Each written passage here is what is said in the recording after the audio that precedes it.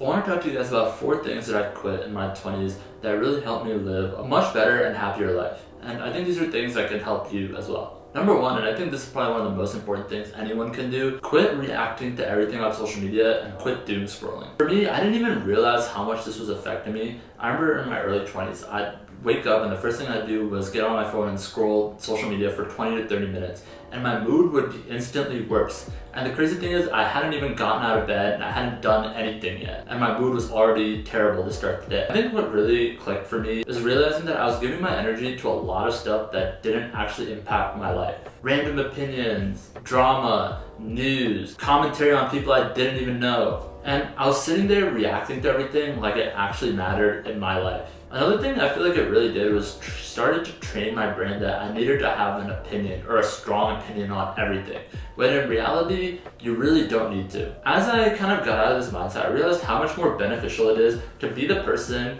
who doesn't always have strong opinions on everything, has an answer to everything, or acts like they know it all, but to be the person who is learning, like to come out and say like, oh, I actually don't know what that is, or I don't know about that and I want to learn. And being that person who's in a learning mindset versus a know-it-all mindset is so much more beneficial and helps you actually grow as a person. I think for me, learning how to, not react to everything on social media and not constantly doom scrolling was a very, very big positive because it switched my mindset in order to be someone who's actually, focused on the things that actually matter and have a growth mindset. Now, I'm not saying you have to delete all your social media. I think that's very challenging for anybody who's especially young. It's to just go off the deep end and delete everything and be completely offline. What I say is try to figure out ways to not let the social media content control your attention and not control your life. Whether that's just not reacting to everything, putting down your phone when you start to feel anxiety, just go outside, actually meet and talk to real people, or set limits on the apps. Like if you're on, Twitter or Snapchat or Instagram,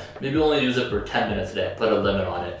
And so those are things that are gonna help you actually, break away and not just be so sucked into this digital world that's gonna be affecting your life long term. The second thing I quit is staying up late and in turn saying yes to everything. When you're younger, it's so easy to recover from a night out or even multiple nights out. I remember when I was in college, I'd be out, pretty late, and then the next day I'd wake up and still be pretty productive. Like I'd still get my homework done, I'd still go to the gym. But nowadays that I'm in my late 20s, I'm 28 years old, if I go out for like even a night, the next day I'm so groggy and so tired that my day is kind of almost ruined. And if I do that for multiple nights on end, it's not good. Like it's gonna take me a week to recover from that. I started to notice when I was getting later in my 20s that as I stayed up way longer, the next day was pretty much a write-off. I'd have low energy, I wasn't as focused, workouts felt worse, and even small things would cause stress and anxiety just because I'd be so tired. One thing that really motivated me to kind of fix my sleep schedule was reading the book called Why We Sleep. And in the book, the author really talks about how sleep can affect everything. It can impact focus, mood, decision making. Another thing they talk about in the book is how you can't just catch up on sleep. A lot of people think that my sleep sucks during the week, I'll take Sunday just to catch up on my sleep.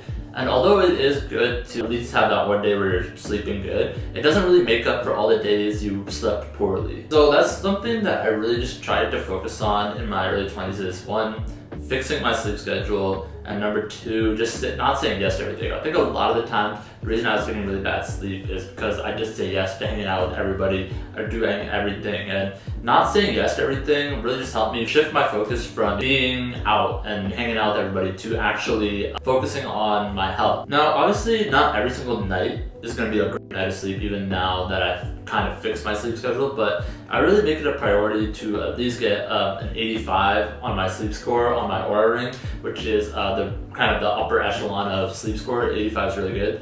And that's something that I've really focused on, and it is something I've been achieving now, and I see the benefits every day where the better I sleep, the more productive I am, the more energy I have, and the better version of myself I can be. And so I think quitting staying up late is something that a lot of people don't take seriously in their 20s, but they absolutely should. Third thing I quit doing is waiting to travel. I think this was really motivated for me by the amount of time we had to spend in our home stuck, not able to leave in 2020, 2021 that time. So as soon as that time ended and we were actually able to go out and do things, I made it a focus to start traveling and exploring and going to different places. And I see this with a lot of people in their 20s where they have this mindset where they keep pushing off travel. They think, I'll do it next year, I'll do it next month, when I have more free time, when I get my life all together, when I have the right plan, when I have the perfect group of people. But the thing is, the situation is never going to be 100% perfect. So the more you keep putting it off, the less likely you are to actually achieve it. And I know this from first-hand experience where my parents, they used to talk about going to Europe all the time when I was younger.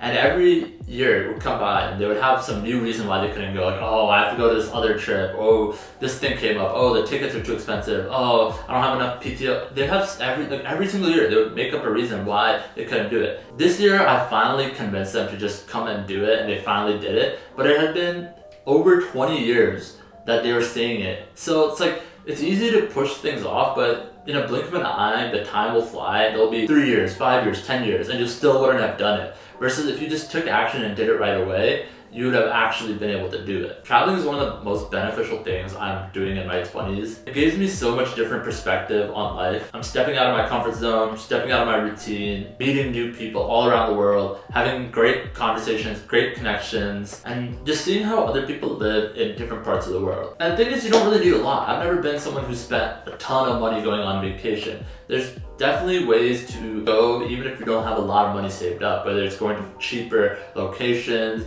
staying in hostels, finding good deals on airplane and flights. In my opinion, you should never really go into debt to travel. I don't think that's worth it. If you have some money saved up, there's ways to travel without having to spend a lot of money. And another thing people say is, oh, I don't have friends, I don't have people to go with.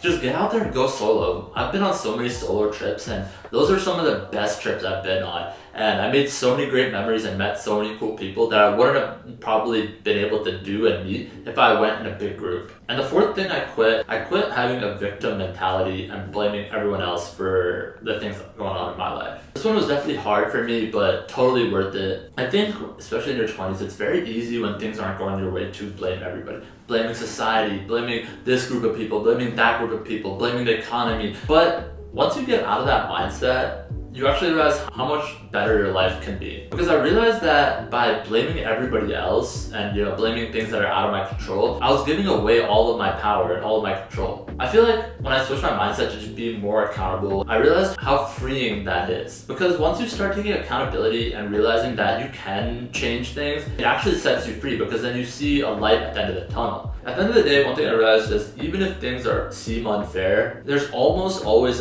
something you can do about it. In my opinion, changing from that victim mentality to an accountability mentality really set me free and helped me just open a lot of doors. And it gave me control over my own life, and it gave me a lot of momentum to actually work towards achieving goals. At the end of the day, these are 4 things that I quit in my 20s that were very, very beneficial. And I had more things I quit, but I didn't want to make this video too long. But let me know what your guys' thoughts are. Are there any other things that you guys have quit in your 20s that you found beneficial? Let me know in the comment section below. And that's it for this video, guys. Thank you all for watching, and until next time, I'm out.